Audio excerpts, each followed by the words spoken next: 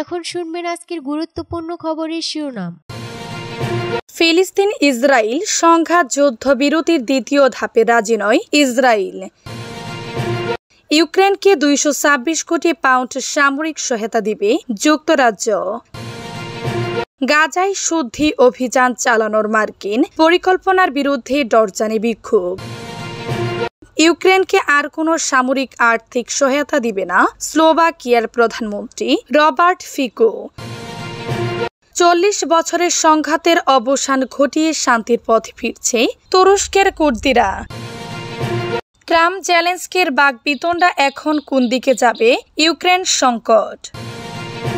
যুদ্ধবিরতি দ্বিতীয় ধাপে রাজি নয় ইসরায়েল। যুদ্ধবিরতি ও বন্দি বিনিময় চুক্তি অনুযায়ী ফিলিস্তিনের গাজায় দ্বিতীয় ধাপের যুদ্ধবিরতি নিয়ে আলোচনায় রাজি নয় ইসরায়েল। দেশটি প্রথম ধাপের যুদ্ধবিরতির মেয়াদ বাড়াতে এবং জিম্মিদের মুক্তি নিশ্চিত করতে আগ্রহী, তবে ইসরায়েলের এই অবস্থান প্রত্যাখ্যান করেছে ফিলিস্তিনের স্বাধীনতাকামী সংগঠন হামাস। গত 19 জানুয়ারি ফিলিস্তিনের গাজায় প্রথম ধাপে 42 দিনের যুদ্ধবিরতি শুরু হয়। এই সময়ের মধ্যে 25 জন জীবিত ইসরায়েলি জিম্মিকে মুক্তি দেওয়ার পাশাপাশি 8 জন ইসরায়েলি জিম্মির মরদেহ হস্তান্তর করে হামাস। বিনিময়ে প্রায় 2000 ফিলিস্তিনকে মুক্তি দেয় ইসরায়েল। প্রথম ধাপের যুদ্ধবিরতির মেয়াদ শেষ হয়েছে গতকাল শনিবার। চুক্তি অনুযায়ী প্রথম ধাপের যুদ্ধবিরতির 16তম দিন থেকে দ্বিতীয় ধাপের যুদ্ধবিরতির আলোচনা শুরু হওয়ার কথা ছিল, তবে আলোচনার জন্য প্রতিনিধি দল পাঠাতে বিলম্ব করে ইসরায়েল। শেষ পর্যন্ত ইসরায়েল বৃহস্পতিবার মিশরের কায়রোয় নিজেদের প্রতিনিধি দল পাঠায়। শুক্রবার মিশরের দুটি গোয়েন্দা সূত্র জানিয়েছে প্রথম ধাপের যুদ্ধবিরতির মেয়াদ বাড়ানোর উদ্দেশ্য আলোচনার জন্য কায়রো এসেছে ইসরায়েলের প্রতিনিধি দল। ইউক্রেনে 226 কোটি পাউন্ড সামরিক সহায়তা দিবে যুক্তরাজ্য। ইউক্রেনের প্রতি যুক্তরাজ্যের পূর্ণ সমর্থন রয়েছে। ডাইনিং স্টেটে এক বৈঠকে ইউক্রেনের প্রেসিডেন্ট ভলোদিমির জেলেনস্কিকে এভাবে আশ্বস্ত করেছেন যুক্তরাজ্যের প্রধানমন্ত্রী কিয়ার স্টারমার। জবাবে স্টারমারকে ইউক্রেনের প্রেসিডেন্ট জেলেনস্কি বলেছেন, এমন বন্ধু থাকায় তার দেশ খুব বেশি। হোয়াইট হাউসে যুক্তরাষ্ট্রের প্রেসিডেন্ট ডোনাল্ড ট্রাম্পের সঙ্গে বিপদপূর্ণ এক বৈঠক শেষে যুক্তরাষ্ট্র থেকে লন্ডনে এসেছেন জেলেনস্কি। ট্রাম্পের সঙ্গে বৈঠকে বাকবিতণ্ডার পর কোনো চুক্তি সই না করে জেলেনস্কিকে চলে আসতে হয়েছে। তবে লন্ডনে স্টারমার জেলেনস্কি 226 কোটি পাউন্ডের একটি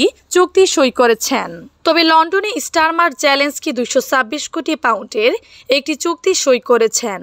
যুদ্ধে রুশ বাহিনীকে প্রতিহত করতে সামরিক সহায়তা হিসেবে ইউক্রেনকে ওই অর্থ ঋণ হিসেবে দিবে যুক্তরাজ্য।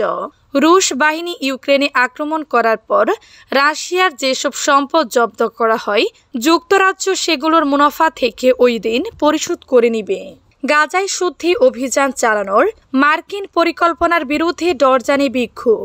মার্কিন প্রেসিডেন্ট ডোনাল্ড ট্রাম্প গাজা উপত্যকার বিরুদ্ধে জাতিগত শুদ্ধি অভিযান চালানোর যে কুচক্রী পরিকল্পনা তুলে ধরেছেন তার বিরুদ্ধে ডরজানি ব্যাপক বিক্ষোভ হয়েছে।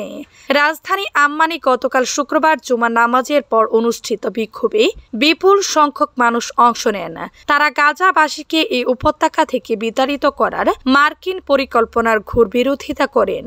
গতকাল আম্মান থেকে এএফপি এ খবর জানায়, ডরজানের বিভিন্ন রাজনৈতিক দলের আহ্বানে সাড়া দিয়ে আম্মানের আল হুসাইনি মসজিদ থেকে বিক্ষোভ মিছিল শুরু হয় এবং আন নাখিন স্কোয়ারে গিয়ে শেষ হয়।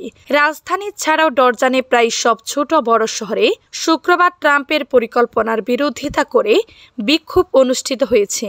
গাজাবাসীকে মিশর ও ডরজানে সরিয়ে নেয়ার মার্কিন পরিকল্পনার বিরোধিতা করে ডরজানের বিক্ষোভকারীরা বলেন, যুদ্ধ ও অপরাধ চাপিয়ে দেয়া সত্ত্বেও গাজাবাসী শক্তিশালী রয়েছে। তারা আরও বলেন, গাজাবাসীর দৃঢ়তার প্রতি আমাদের সমর্থন রয়েছে এবং তাদের যে কোনো ধরনের প্রয়োজনে আমরা তাদের পাশে রয়েছি। ইউক্রেনকে আর কোনো সামরিক আর্থিক সহায়তা দিবে না। ইউক্রেনকে আর কোনো সামরিক বা আর্থিক সহায়তা দেওয়া হবে না বলে সাফ জানিয়ে দিয়েছেন স্লোভাকিয়ার প্রধানমন্ত্রী রবার্ট ফিকো। তুরস্কের রাষ্ট্রীয় সংবাদ মাধ্যম আনাদোলু এজেন্সি এ তাদের এক প্রতিবেদনে এ খবর জানিয়েছে। খবরে বলা হয় গতকাল শনিবার সামাজিক যোগাযোগ মাধ্যম এক্সে শেয়ার এক খোলা চিঠিতে এই কথা জানান স্লোভাকিয়ার প্রধানমন্ত্রী। ফিকো বলেন তারা সরকার ইউক্রেনকে এমন কোনো সহায়তা দিবে না যা দেশটিতে যুদ্ধ চালিয়ে যেতে সক্ষম করবে। তবে তিনি এও বলেছেন যদি অন্য কোনো দেশ ইউক্রেনকে সহায়তা করতে চায় তাহলে স্লোভাকিয়া তাদের সেই সিদ্ধান্তকে সম্মান জানাবে। প্রতিবেদনে বলা হয়েছে ফিকো তার ভেরিফাইড এক্স অ্যাকাউন্টে শেয়ার করা চিঠিতে লেখেন স্লোভাকিয়ার ইউক্রেনকে আর্থিক বা সামরিক কোনোভাবেই সমর্থন করবে না যাতে তারা যুদ্ধ চালিয়ে যেতে পারে। অন্যরা যদি তা করে আমরা তার প্রতি সম্মান জানাবো। ফিকো ব্যাখ্যা করেন স্লোভাকিয়া ইউক্রেন যুদ্ধ সংক্রান্ত শক্তির মাধ্যমে শান্তি নীতির প্রতি সংশয় প্রকাশ করেছে। 40 বছরের সংঘাতের অবসান ঘটিয়ে শান্তির পথে ফিরছে তুরস্কের কুর্দিরা। দীর্ঘ 40 বছরের সংঘাতের অবসান ঘটিয়ে শান্তির পথে ফিরছে তুরস্কের কুর্দিরা। এরই মধ্যে এক বিবৃতিতে এমন ঘোষণা দিয়েছে নিষিদ্ধ ঘোষিত কুর্দি গোষ্ঠী কুর্দিস্তান ওয়ার্কার্স পার্টি পিকেকে। সংগঠনের কারাবন্দী নেতা আবদুল্লাহ ওজালের আহ্বানে তারা অস্ত্রবিরতির ঘোষণা দিয়েছে এবং সংগঠনকে বিবৃতিতে পিকেকে জানিয়েছে তুরস্ক সরকারের কাছে তারা ওজালানের মুক্তি চেয়েছে যাতে তিনি নিরস্ত্রীকরণ প্রতিক্রিয়া নেতৃত্ব দিতে পারেন। 1999 সাল থেকে বন্দী থাকা ওজালান সম্প্রতি এক সপ্তাহব্যাপী অস্ত্র সমর্থনের আহ্বান জানান। এর পরিপ্রেক্ষিতে পিকেকে এই সিদ্ধান্ত নিয়েছে। তুরস্ক সরকারের সাথে শান্তি উদ্যোগের অংশ হিসেবে কয়েক মাস আগে মধ্যস্থতা শুরু হয়। সম্প্রতি ইস্তাম্বুলের দক্ষিণ পশ্চিমে অবস্থিত ইমরালি দ্বীপের কারাগারে ওজালান কুর্দি নেতাদের সঙ্গে সাক্ষাৎ করেন। পিকেকের বিবৃতিতে বলা হয়েছে নেতা আপো ওজালান শান্তি ও গণতান্ত্রিক সমাজ গঠনের যে আহ্বান জানিয়েছেন তা বাস্তবায়নের পথ সুগম করতে আমরা আজ থেকে অস্ত্রবিরতি ঘোষণা করছি।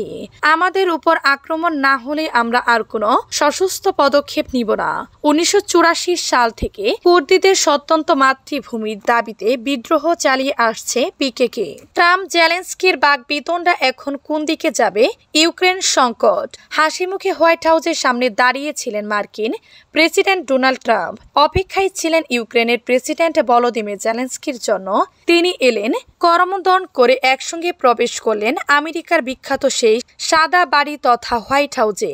তখন কে জানতেন ওই হাসি কয়েক মিনিট পরে উধাও হয়ে যাবে। দুই রাষ্ট্রনেতা জড়িয়ে পড়বেন নজিরবিহীন বাকবিতণ্ডায়। ওভাল অফিসে ট্রাম্প জেলেনস্কির